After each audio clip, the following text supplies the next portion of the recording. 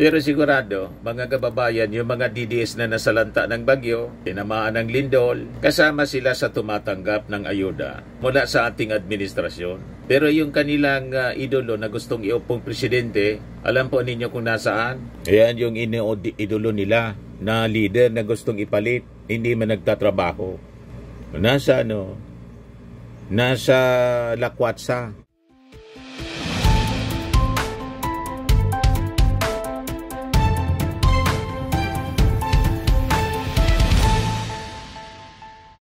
Hello po mga kababayan, si Dante Maravillas. Dumating na yung ating Pangulo sa Cebu.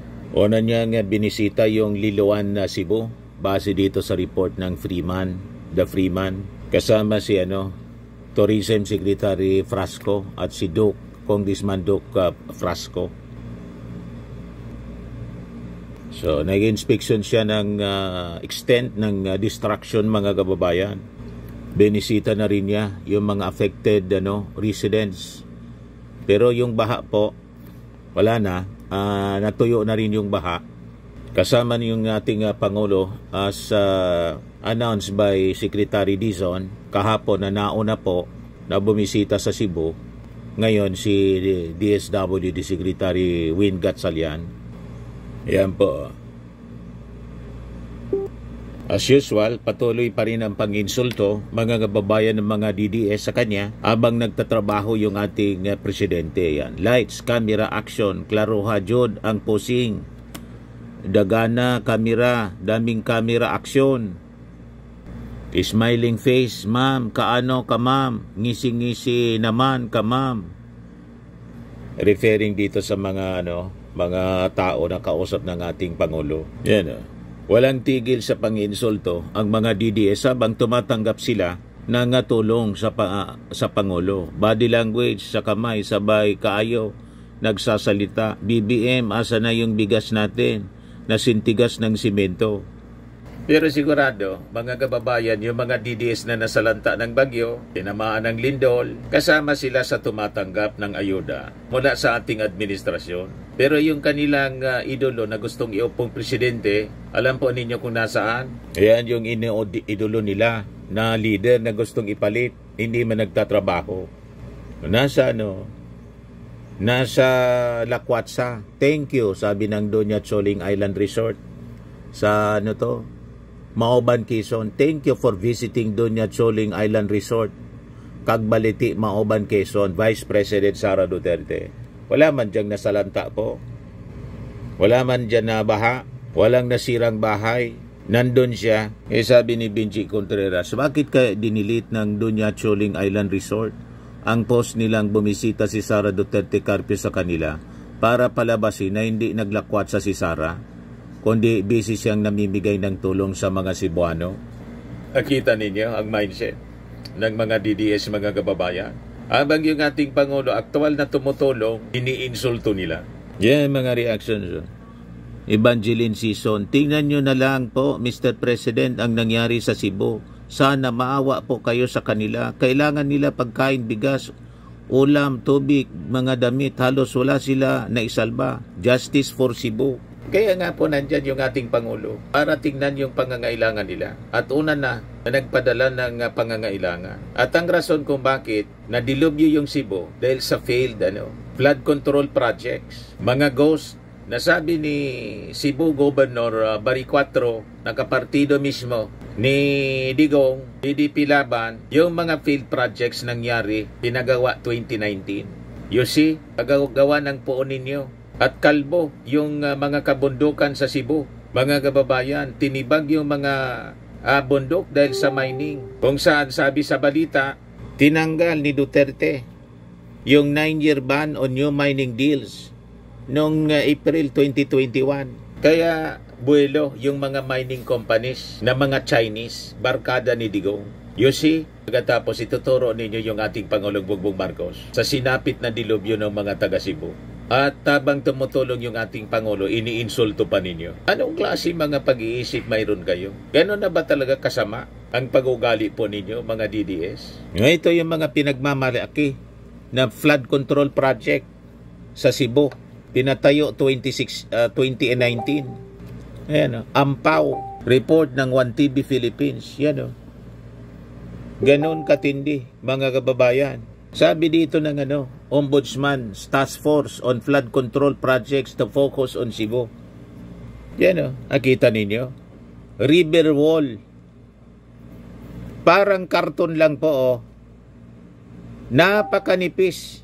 Napakanipis na river wall. Kaya magpapaimbestiga yung ombudsman. Bubuo sila ng task force on flood control projects para po sa Cebu. Ito na yung sinasabi ni Atty. Guanzon. Bakit daw yung ICI, yung baha na sa Cebu, yung bagyo na sa Cebu, nag-imbestiga sa sa Davao City. Hindi ICI yung pupunta po sa Cebu, ombudsman na mismo. Ito na yung sagot sa mga komentaryo ninyo. Atty. Rowena Guanzon. Yan sabi rito. Heeding the calls of the people, the Office of the Ombudsman Special Task Force formed to oversee investigation into the anomalous flood control projects will prioritize areas affected by Typhoon Tino, especially Cebu. Sabi po ng Ombudsman. In particular, sabi rito sa balita ng Inquirer, netizens recall the Hillside Development Project, the rise of Monterrasas in Cebu City, of celebrity engineer Slater Young, who is now receiving backlash over the undertaking that people are pointing at one of the main reasons for the massive flooding in Cebu. To the families of all victims of the calamity, we hear you and we have acted, sabi po ng Ombudsman. A special task force previously designated to investigate flood control projects has been instructed to prioritize those projects meant to prevent the onslaught of Typhoon Tino. It pointed out, justice will be pursued with compassion, diligence, and resolve. Ano kayo ngayon? Si dating Gobernador Gwen Garcia, mga kababayan, na interview ng One News on the field flood control projects. Kasi sa administrasyon daw niya ito nangyari. Pakinggan natin yung paliwanag ni Gwen Garcia, mga kababayan. Siya yung gobernador. So, kasama siya sa naituro ni Barry Cuatro na isang PDP laban at kalaban niya sa politika. Pero sabi nga natin, yung flood control project po, hindi man po proyekto ng probinsya. National government po ang sangkot. So, kung 2019 po, gobernador din 2019 sa Cebu, si Gwen Garcia. Ngayon, pakinggan natin ang kanyang paliwanag. Yan po yung flood control sa Cebu. Naging balikot sa tindi. Ito si Gwen. Let me just clarify what you said, Reaction kay Barry Cuatro. 26 billion for Cebu province. But that 26 billion are not provincial funds. That's the national budget. Oh, yes, sir. And the national budget is allocated to the DPWH, which in turn distributes these so-called flood control projects, many of which were insertions in the budget. Mm-hmm. These are all distributed. The province of Cebu has 8 districts, congressional districts, from the 1st to the 7th, and then we have the lone district of Mandaue. Mm-hmm. Mm-hmm. The province has not touched, nor can even be included in the implementation of this 26 billion. Ako rin nagulat umabot pala ng ganon. Alam mo, during my time, I kept on insisting sa DPWH, before you implement any program, secure a sanggunian approval. In the case of the province, we passed this ordinance. Ito yung sinasabi ng ating Pangulong Bongbong Marcos. Tinanggal kasi yung checks and balance ng previous administration ng mga national projects dapat tulad ng flood control. Pag in-implement sa LGU, sa province, sa city, dapat may acceptance. Duly notified dapat yung LGU. Tinanggal yon ng previous administration ni Digo. Ito yung binabalik ng ating Pangulong Bongbong Marcos. So itong nangyari na mga anomalous flood control projects, ghost in substandard, wala kasing acceptance mula sa LGU kasi tinanggal yon na requirement ng previous administration.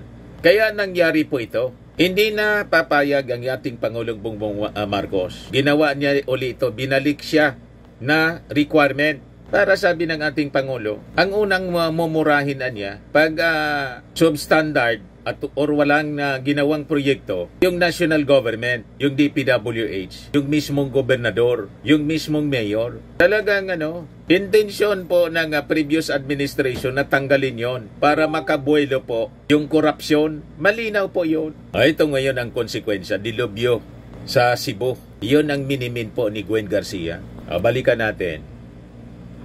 In accordance with Republic Act 7160, otherwise known as the Local Government Code.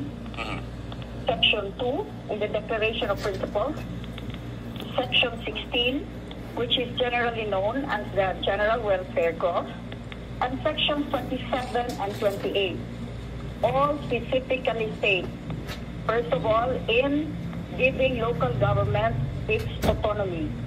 And then it states about a power of a chief executive to invoke Section 6 welfare of its constituents, its at stake.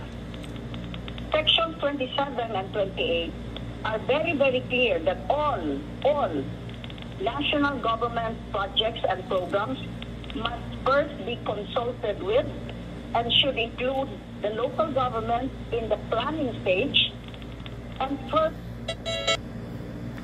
government authorities may not implement any program or project without prior approval from the Sangguniang. Yes, ma'am. Ang nasa local government code, Sangguniang lang.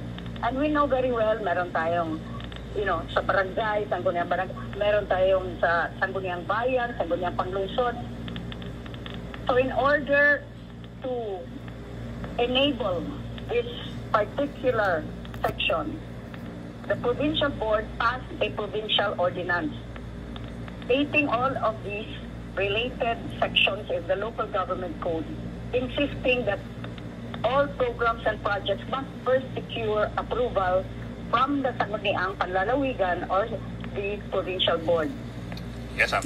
We have a provincial development council meeting prior to the enactment of our budget or even the submission from the chief executive to the Sangguniang Panlalawigan of the annual budget. Yes, ma'am. And we also call on all national government, that is a requirement, we call all national government agencies to present their proposed projects and programs for the following year. And we approve this. But how could we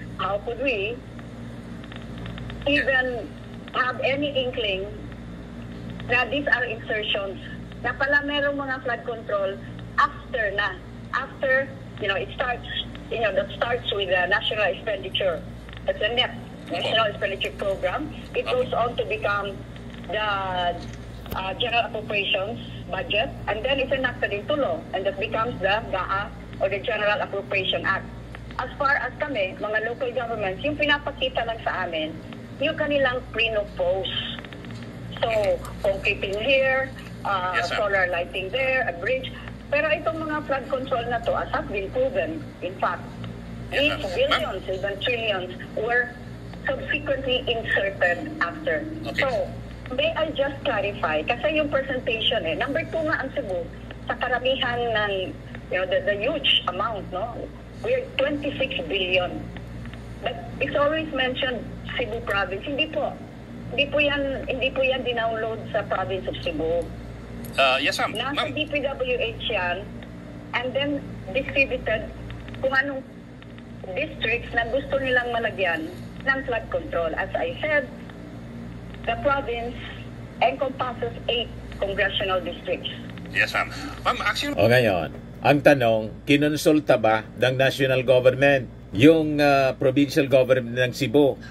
The kinds of projects to be implemented in your province, and number 2, whether or not these projects were faithfully implemented and finished.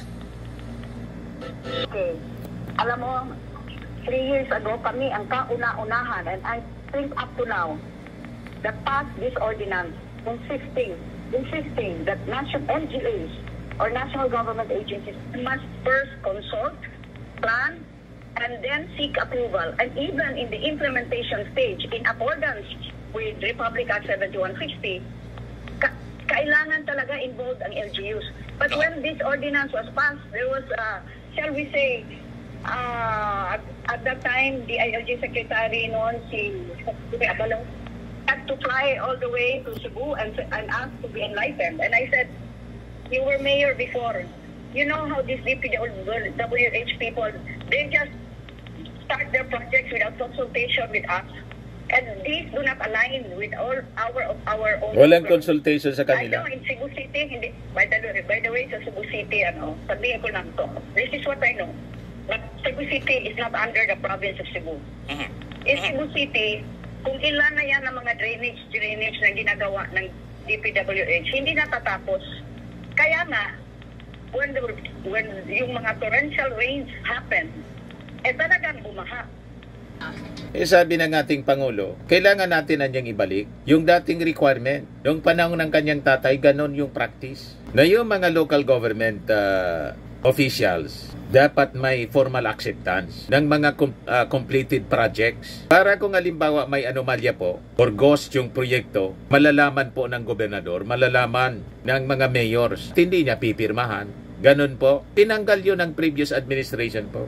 You see? Kaya po naging laganap yung korupsyon. Pangungurakot. Ito yung naging utos ng ating Pangulo. September 15, 2025, President Marcos restores rule requiring LGUs to formally accept completed national projects. Mula ito sa report ng Presidential Communications Office. Yan sabi ng ating Pangulo.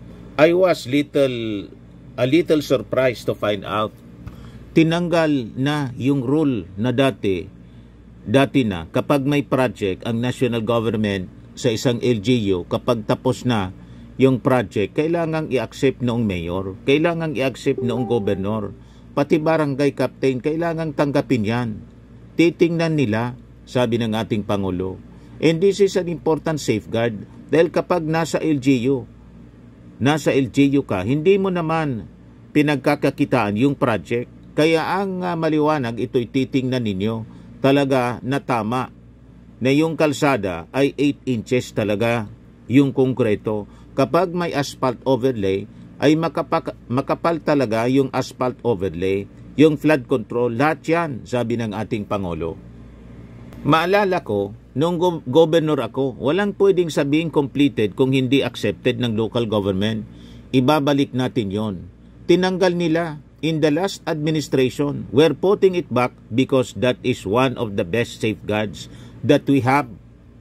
Sinong tumanggal? Sabi ng ating Pangulo, ng previous administration. Kaya massive yung corruption po. Grabe yung sabuatan. Asa pa kayo kung bakit tumindi yung korupsyon at ito yung konsekwensya, dilubyo sa Cebu. Tapos ituturo ninyo yung ating Pangulong Bongbong Marcos. Isabi mismo, napakalinaw yung revelasyon. Pasabog ni Bari 4, Governor Bari 4, 2019 anya nangyari. Yan ang pangyayari, mga kababayan. Kung hindi ghost, substandard. Dagdagan pa, mga kababayan, ang mining. Ito yung resulta. Yan ang resulta, mga kababayan. Yan ang consequence. Mga kababayan. Yan ang consequence.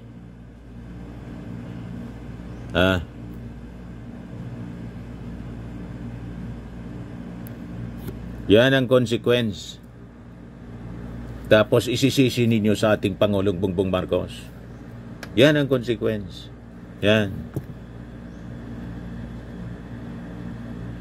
You see?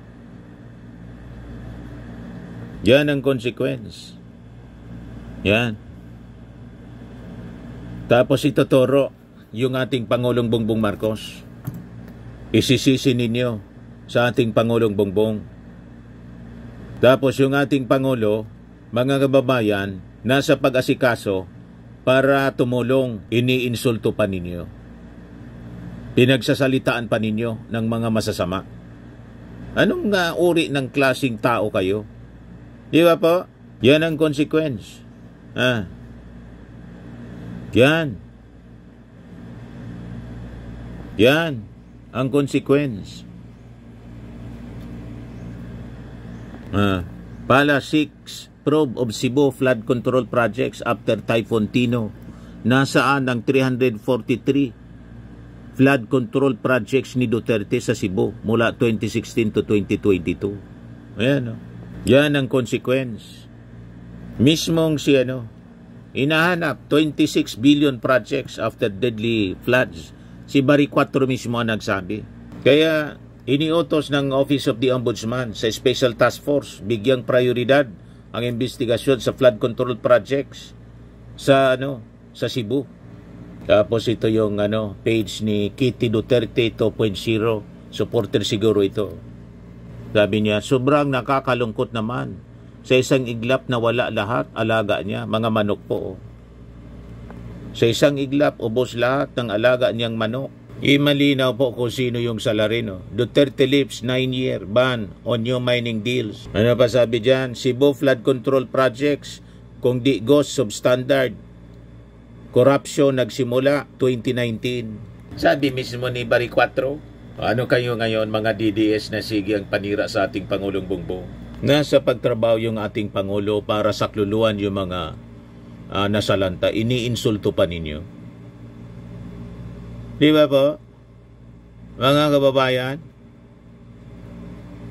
sub-sub sa pagtatrabaho yung ating Pangulo, iinsultuin pa ninyo. Anong klaseng mga nilalang kayo?